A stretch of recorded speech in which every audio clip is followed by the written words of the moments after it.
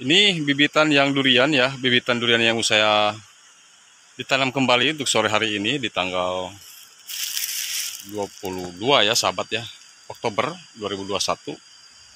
Jadi di sini berbagai macam bibit yang saya balai karantinakan, yaitu bibit durian, kelengkeng, dan nangka, serta alpukat juga ya sahabat. Jadi di periode ini saya mau menanam durian. Kalau tidak durian musangking seperti ini, saya tanam duri hitam ya, tapi feeling saya ini harus nanam duri hitam. Jadi simak terus videonya sampai dengan selesai, dan jangan lupa tolong bantu like, comment, share, dan subscribe. Dan yang udah subscribe, like, komennya, saya ucapkan banyak-banyak terima kasih. Semoga Allah membalas segala atas kebaikannya. Dan bagi yang belum like, comment, share, dan subscribe, silahkan klik like, comment, share, dan subscribe-nya. Dan jangan lupa tekan tombol notifikasinya agar bisa mengikuti video-video terbaru dari saya.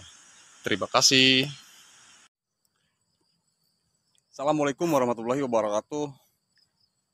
Di video saya kali ini, saya lagi menanam lagi ya, karena masih ada lahan yang kosong, beberapa lahan masih ada space gitu, maksudnya space untuk melakukan penanaman selain tanaman cengkeh, juga tanaman durian, alpukat, pisang, dan lain-lain tentunya ya, yang beraneka ragam tanaman yang saya tanam sebelumnya. Jadi kebetulan saya kontrol kebun selagi pas musim hujan sekaligus melakukan pembersihan gulma. Jadi kemudian setelah melakukan pembersihan gulma, jadi ketemu mana yang kosong, mana yang tidak ya sahabat. Jadi sudah saya pakai tajuk belakangnya, karena durian hitam ini cenderung dia lemas ya, lemas. Ini sebetulnya durian ini masih muda ya sahabat, masih muda dalam artian dari sabung pucuknya ataupun sebut okulasi. Kenapa saya tanam yang baby yang kecil-kecil begini? Jadi yang tanam yang kecil-kecil begini, dari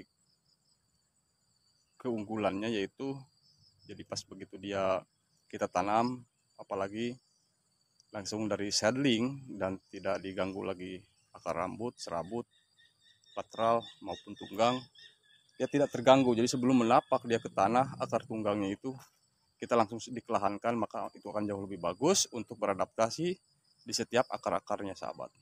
Jadi kalau tanaman yang pernah kita tanam di dongkel lagi, atau misalkan kita bukan memojokkan yang di dongkel ya sahabat, bukan.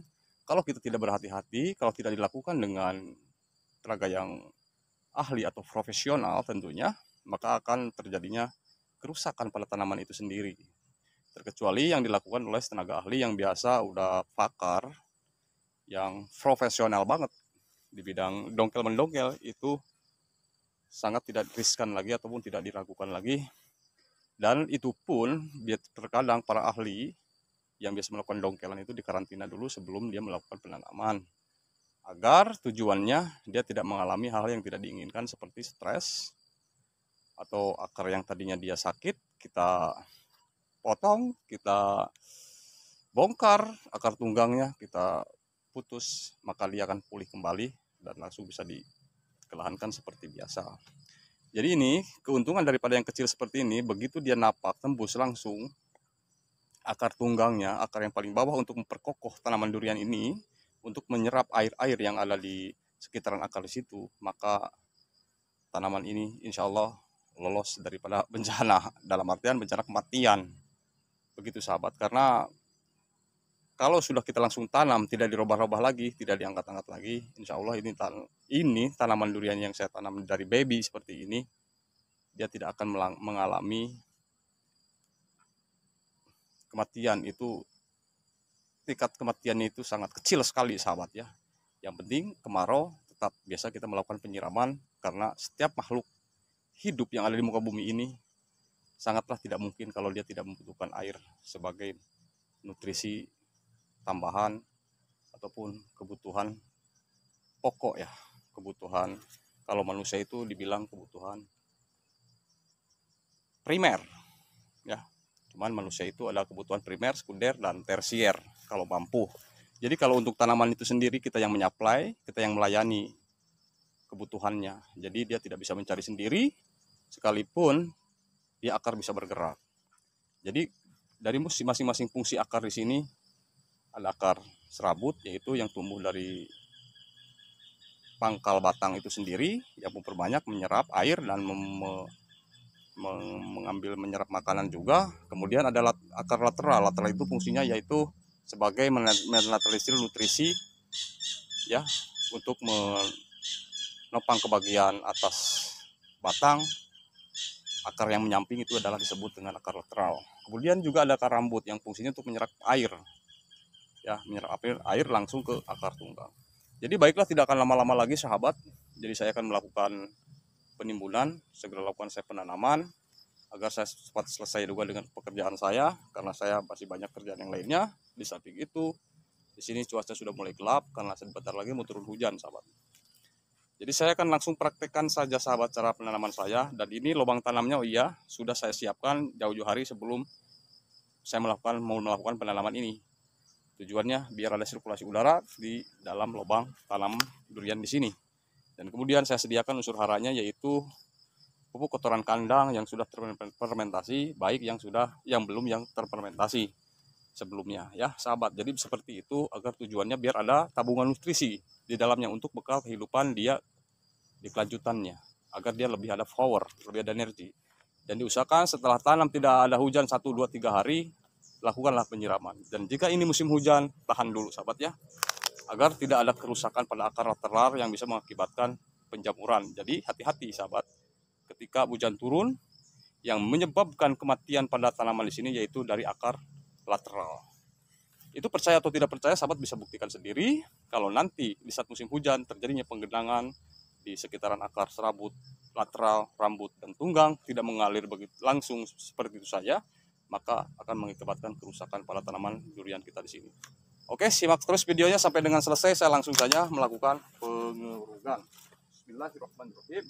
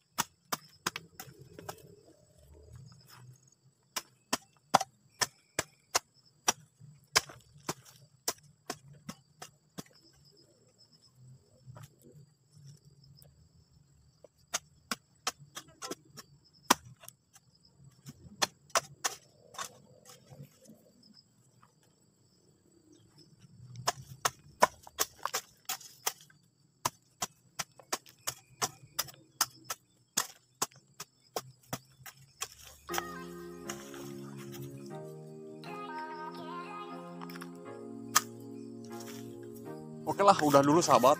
Nanti merapikannya setelah saya akhiri dari video ini. Dan jangan lupa tolong bantu like, comment, share, dan subscribe, ya sahabat, agar saya lebih bersemangat lagi untuk mengupload video-video tentang tanaman yang saya tanam lainnya, ya. Jadi hanya itu saja, diusahakan berani menanam, kemarau harus berani itu harga yang harus kita bayar. Tidak mau menyiram, ya diusahakan lah sebisa mungkin simpan tong di sekitaran kebun sini atau kebun sahabat yang mau menanam durian atau tanaman-tanaman yang lainnya. Tidak diharuskan sahabat harus menanam durian, apa aja yang ditanam pastilah dia memerlukan air, apalagi pada kemarau ya. Tidak harus durian saja, seperti tanaman-tanaman yang lainnya pun sangat sekali memerlukan tetesan atau percikan air hujan maupun air yang kita siramkan sebagai nutrisi bantuan ke tanaman durian yang kita tanam untuk kelangsungan kehidupannya, agar kesannya kita tidak menyiksa dia ya sahabat, karena kemarau menyiram itu harga yang harus kita bayar, karena di setiap perjuangan harus ada pengorbanan tentunya sahabat. Oke sahabat, hanya itu saja sahabat, nanti saya jelaskan di video berikutnya tentang masalah tanaman, terutama akar, apa itu akar rambut, serabut, lateral, dan tunggang. Dan sesuai yang ada di jaringan dari stem itu jaringan yang terbelah menjadi 4 sel, ada phloem, cortex, lateral, dan termin. Oke, terima kasih sahabat, mudah-mudahan bermanfaat. Sekali lagi bagi yang sudah like, comment, share, dan subscribe, banyak-banyak terima kasih. Saya doakan panjang umurnya, sehat walafiat, dan dimudahkan segala urusannya. Amin ya Allah ya rabbal alamin. Dan akhir kata, assalamualaikum warahmatullahi wabarakatuh.